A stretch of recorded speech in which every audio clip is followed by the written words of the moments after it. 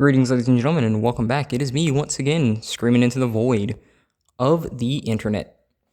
Now, I kind of want to talk about something, I guess, lighthearted, and I will convert it into something a bit more serious. So I'll start with something lighthearted.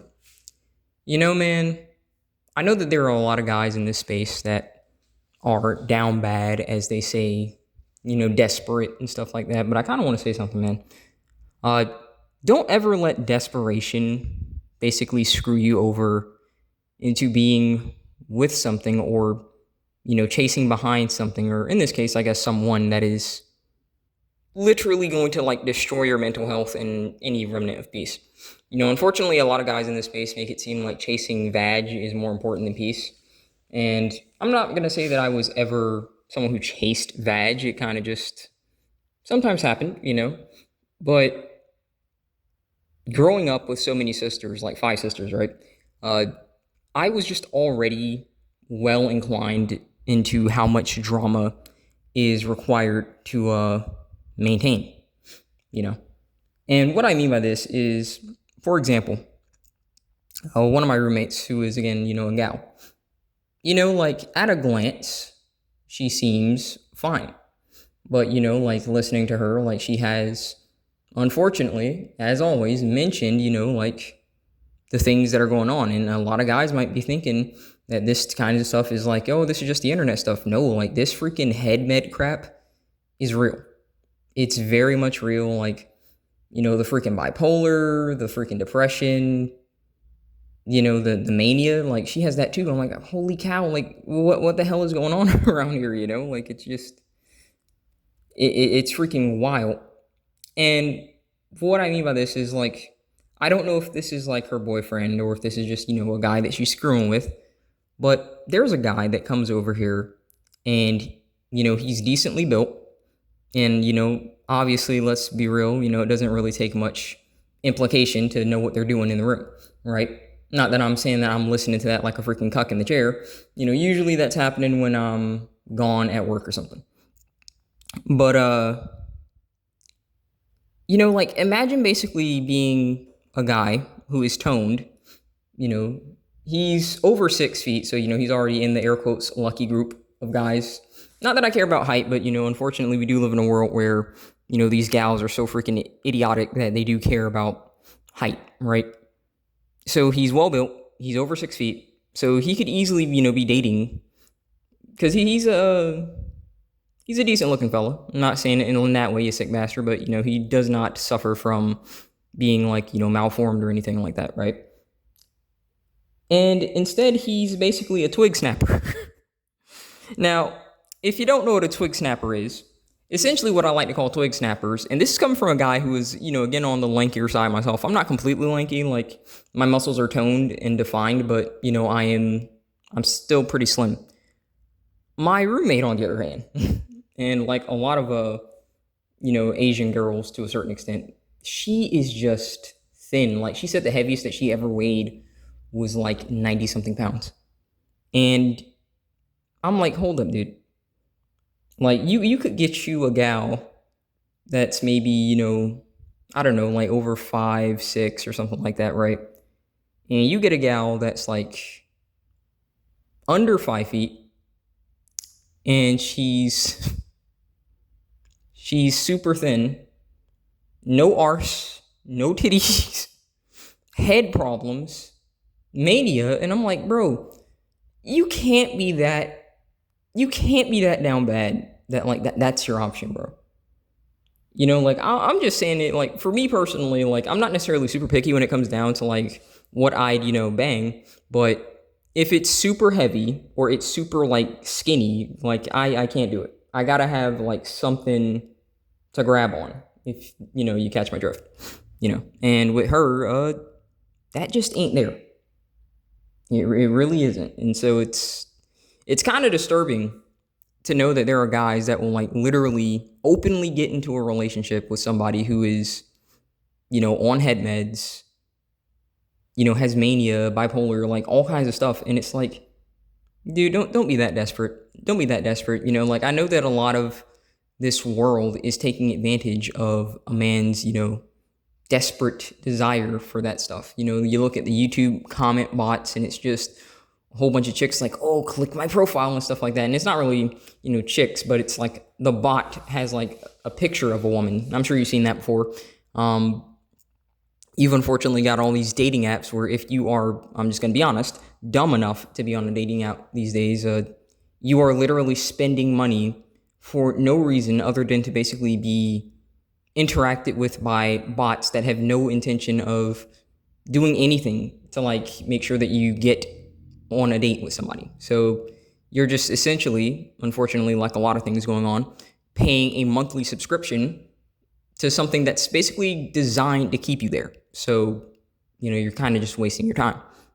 And unfortunately, a lot of guys who are so desperate will put up with stuff like this. They'll put up with, being with a gal that's openly horrible for them, destroying their mental health.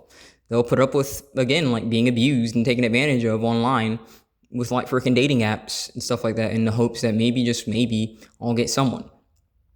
And what I mean by this is, I feel like if guys were just a bit more willing, and I don't necessarily mean to bring this back to prostitution all the time, but if you were more willing to kind of just get the nut taken care of, essentially, it would make you think clearer. Because listen, an aroused man is a stupid man. And what I mean by that is when you're letting that dick do all the thinking for you, trust me when I say that this world is designed to say, all right, if you're horny, I'm about to see how much money I can get out of you. And maybe, just maybe, and usually these days, like that maybe is basically in like the decimal percentages.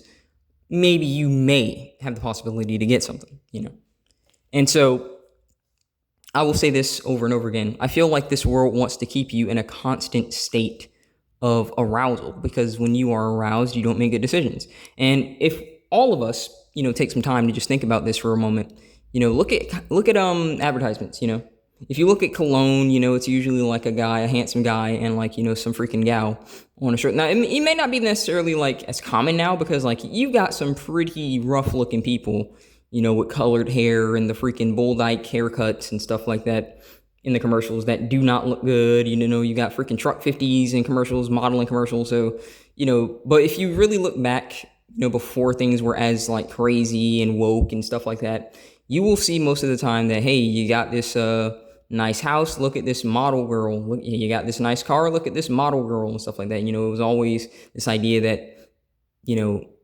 having insert this item that was being marketed would get you this freaking gorgeous looking gal. And so that gorgeous looking gal was meant to arouse you. And again, an aroused man does not make good decisions. So I feel like if guys were more willing to kind of just, again, see a gal every now and again, get the nut taken care of, they'd probably be in a better headspace to make proper decisions. But kind of moving on from that, I kind of want to talk about where I see this world heading, at least in the realm of interactions between the sexes. Because people like to make it seem like this is kind of just a Western problem, but this is not a Western problem. It's rather interesting that men in the West, when it comes down to romance and relationships and, whatever, they're fleeing to the East in the hopes of escaping, the feminazis and all of this crap, right? And so they'll get their gals from Southeast Asia and stuff like that. But even men in the East are essentially fleeing to the West, if that makes sense, So overall, you're just looking at both parties just trying to just get away from each other because their immediate choice of mate selection is horrendous, And I think about this stuff, not necessarily often, because I don't really care, but I say this over and over again, don't think that this is just me projecting and I care and I'm so lonely. I, for the first time in my life, like I said, I am very, very pleased with myself. And I don't mean that from a haughty position or a narcissistic position, although I don't necessarily think that narcissism and vanity in certain aspects is entirely wrong, because I don't think loving yourself and being pleased with things that you have accomplished is a bad thing. They'll try and make it seem like, oh, you're not allowed to be proud of that, that's being smug. But if you know that you've had a rough life and you are proud of something that you have accomplished and you put the time in, you have every right to feel proud of yourself and pleased with yourself when you accomplish stuff like that, right? But where I see this going as both parties are basically, just looking past their immediate selections for mate selection. I think either two things are going to happen. And it's not just two things. It's rather, stupid to kind of just boil it down into just saying two things. But what's probably going to end up happening is the ones who can, the ones who have a very powerful visa and passport and stuff like that, are going to start importing their wives from other places. Now, you guys know that in certain spaces, the passport spaces, they'll say, don't bring her back. But unfortunately, a lot of guys are hard-headed. And this is in all instances, you've got guys, whether it's in Japan or China. Usually it's China. I think China is still actively pursuing marriage. Japan basically just gave up. But I'm going to kind of keep this about China and America, for instances. What's going to end up happening is more people are going to be importing their gals, for marriage purposes. And immediate, mate selection is going to go down more and more because of the standards. The problem that people don't realize with this, though, is this strategy, while it may serve an immediate win, all that's going to end up happening is generations down the line, and sometimes it's not even going to be that far down the line because, peer pressure and stuff like that, your immediate surroundings.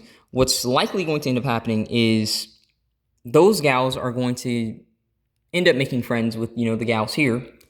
And unfortunately, just a wife's friends who are usually single, let's be real, encourage her on say a girl's night out to essentially, commit adultery on her boyfriend or husband, that may end up being what happens here. So even if they don't necessarily cheat or anything, I do foresee them essentially adopting the same type of vain, self-indulgent, narcissistic bullcrap that you see so prevalent in the modern world when it comes down to females, right?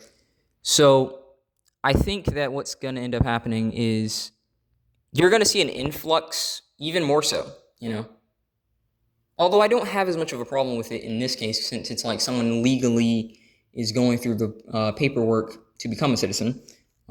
You'll see an influx of, different people and ethnic groups for marriage purposes. And you're going to see that a lot in China. You'll see that a lot in America if they do stay, right? And what's going to end up happening is that's going to make the gals angry because you see what they like is they like the fact that all the power is on them. So they don't like when you put yourself in a position where all the power is on you. They somehow have this indoctrination from all of this feminazi bullcrap over the decades that have been taught to them that they were always oppressed and every single man could, be swimming in pussy, and now it's their turn to, swim in dicks, and you're just supposed to suffer. Which, again, we didn't even exist. We weren't even in our father's nuts. Likely our father wasn't even in his father's nuts when all of this crap was going down. Most guys did not have multiple wives and stuff like that. And realistically speaking, if he was, air quotes, cheating on his gal, it was likely with the town floozy. So, yeah, But aside from that, I also foresee, because what's usually probably going to end up happening is immigration, obviously, but I'm mainly speaking from a standpoint of reproduction, right? I think that we're going to see artificial wombs get released. People may think that this country and a lot of modern countries are immoral, but listen, the one thing that the government wants to do is make money first, okay? And if they need bodies, they really do not have a problem lab-growing babies to have bodies, while they continuously, get AI to where it is so that AI can work stuff so that they don't even have to pay anyone. I do think that we will see artificial wombs come out, and they will probably push it in the realm of now, your alphabet soup group couples can have kids, and you've already seen that already. And I do kind of want to say something about that. I find it very funny that the process of a single man getting a kid in surrogacy is so much more difficult than if it was an alphabet soup group couple using surrogacy to have kids. It's so hilarious. And they try and claim that's not privilege. They try and claim that that's not special benefits, but I'm just saying, why should it be easier for one party, regardless of like what that party is, whether it's a single mom or a single dad or whatever, like, or again, a alphabet soup group couple, why should it be easier for any one of them to have access to kids through surrogacy? Shouldn't the process be the same? But of course it's not. It's obviously harder for like the freaking guys, single guys, single, normal, shall I say, guys to have kids that way. It's even harder for single, normal guys to adopt. But if you're a part of the alphabet soup group, apparently you can get your hands on some little boys. But it's clearly not. I'm sure it's nothing. I'm just reading too much into it, right? But I think that artificial wombs will be more normalized because it already does exist. That's something that people don't want to admit. The technology always is a lot more advanced behind the scenes than what is immediately released to the public. And we have already seen instances where people were essentially lab grown. It just was for an experiment purposes, and they're fine. They're fine. So I think that will happen. But when it comes down to, say, like sexual recreation, right? Like just for like having sex for the sake of having sex, I think that robots are obviously going to come out. Now, I don't know when that's going to happen. I'm not going to pretend like I know, but that's going to be a thing. That it's just too big of an industry to not capitalize on. And I do think that that's going to happen a lot more now. I look forward most of all, personally, to the robots, because not necessarily for like personal reasons for intercourse, because I myself, like, sex for me is hit or miss. Because one thing that a lot of guys get in their head is, that you watch all this porn, you look at like all this freaking hentai and all this crap, and you think that porn is going to be like what sex is, right? But what you fail to realize is, just like any kind of media, it's meant to like entertain first. And yes, it does arouse, but it's meant to entertain first. So these gals screaming and hollering and doing all of this crap and stuff like that, these cuts that you see in porn where it's like there's this massive amount of nut or something, right? That's fake. In a cut where they transitioned to another clip, she was filled up with some freaking fake nut, and that was that. It's fake. It's freaking clickbait. It's just like YouTube. Whether it's a freaking guy pointing at a freaking watermelon with his freaking dick face, where he's just got his mouth open and his eyes are shocked, and you can literally just insert a freaking cucumber in that mofo. That's essentially what porn is. It's just someone acting and acting and acting to get the most clicks for engagement and ads. And same like YouTube. So that's not what freaking intercourse is. When you're looking at the hentai and stuff like that, same thing. It's just meant to really arouse you and stuff like that, but that's not what sex is. No matter what it is, that's not what sex is. Sex as a whole, if you really want the truth, guys, it's very hollow. Very, very, very hollow. It does feel nice, but it's hollow. People like to go to religion and they like to go to, science and stuff, but all it really is, if you're fortunate enough, is, a nice dose of brain chems, usually, hopefully, and this is the hope, with somebody that does give a rat's arse about you. Unfortunately, as you see in the modern world, most people do not give a rat's arse about you. What it usually is just people like, it's convenient to be with you for now, so I'll give you the guise that I care about you, but I don't really care about you. And that's usually what's going on now. So, unfortunately, since a lot of guys haven't experienced it, and they don't really just want to pay to experience it, they keep living this through their mind, they keep living this fantasy in their head that it's going to be just like the prawn, it's going to be just as vulgar or raunchy or degen as the prawn is, but that's literally not most people. Most people are not as proactive in intercourse. I have had a couple of ladies in my day. They're not as proactive as you. They don't grip as good as you might think that they grip. Their head game is not always as good as you think that it should be. Let's just say going down on a gal is not as awesome as it is. If you're fortunate, then hopefully it won't smell like freaking bread, because if it does, it's not going to be fun. I'll go ahead and give a nasty image in your head. Just imagine spreading apart a grilled cheese sandwich. And just imagine that that's the meat curtains. It's not fun times, and I sadly regret to admit that yes, I have unfortunately gone down on that. Let's just say that ever since I pretty much stopped dating, I have not, nor do I desire to go down anymore. I'd rather not get HPV. You know, man, you never know where the heck these ladies have been these days. So, you know, right when you're thinking that your girl has come home to you after a day at the job, you know, that she might have had something up in there. Who knows? So keep that in mind. But continuing on. I think that that's the future in a lot of aspects, you know? That's the future. Because it's too much to capitalize on. You know, the sex industry is a multi-billion-dollar industry. It's the biggest industry probably in the world.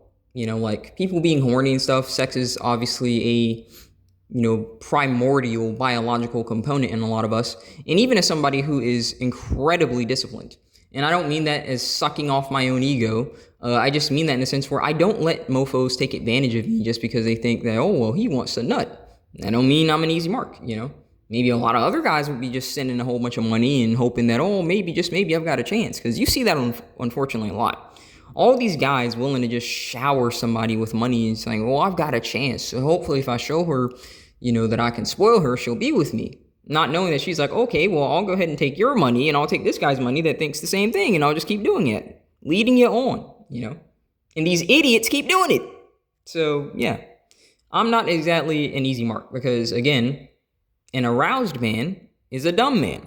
So I make sure to, you know, go ahead and handle my business, whether it's myself or go ahead and see in an escort every now and again.